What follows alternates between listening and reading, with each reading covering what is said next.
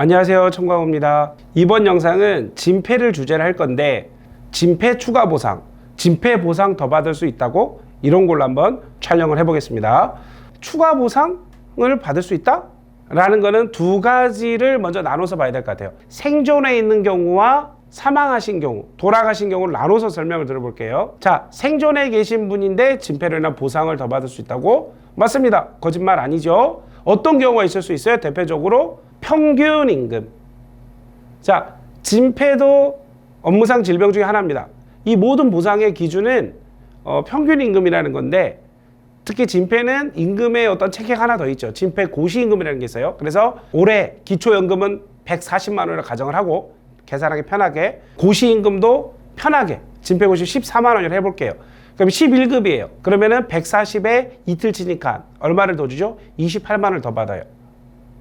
그러면은 168만 원을 매월 받는 분인데, 알고 봤더니 이분의 뭐를 평균 임금을 20만 원인데 그 6만 원을 더 받는 거 아닙니까? 그럼 한 달이면 12만 원을 더 받는 거예요. 즉 평균 임금이 정정이 돼서, 즉 인상이 되게 되면 매월 받는 진폐보상연금을 더 받을 수 있다. 평균 임금이라는 게 있고요. 자, 두 번째, 내가 진폐 환자예요. 근데 내가 폐 기능이 너무 안 좋아. 그래서 COPD가 될 수도 있어요.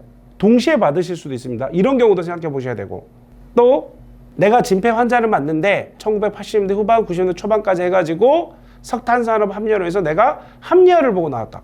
그러면 석탄산업법상의 재해 위로금, 즉 어떤 위로금을 받으실 수 있는 대상이 될 수가 있다. 이런 거고요.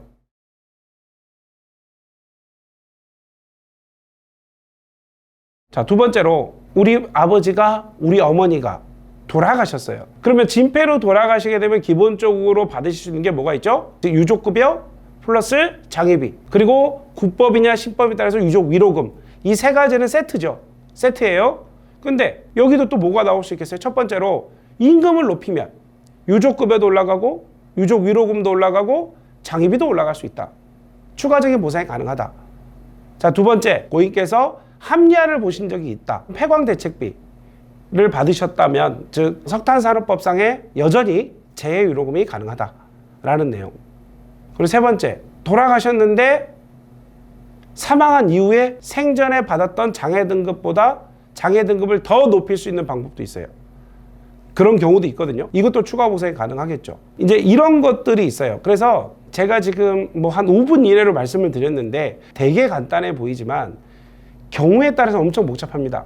그래서 좀 러프하게 제가 좀 이제 그냥 두루뭉술하게 진폐를 앓고 계신 분, 혹은 진폐를 앓고 계시다가 돌아가신 분, 어찌되었건 진폐로 보상을 받고 계시거나 진폐로 보상을 받으셨던 분 연락을 주시면 저희가 추가적으로 진폐로 인한 어떤 보상이 있는지를 검토할 수 있다. 이 말씀을 드리려고 영상을 촬영을 했고요. 이게 경우에 따라 물론 다르겠지만 수천만 원, 1억 이상, 2억 가까이도 더 받는 분도 계실 수 있습니다. 그래서 혹시 우리 가족이 진폐로 보상을 받고 있다, 내지는 진폐로 앓다가 돌아가셨다, 이런 분들 계시면은 연락을 한번 주세요. 그럼 저희가 충분한 검토를 해보겠습니다. 감사합니다.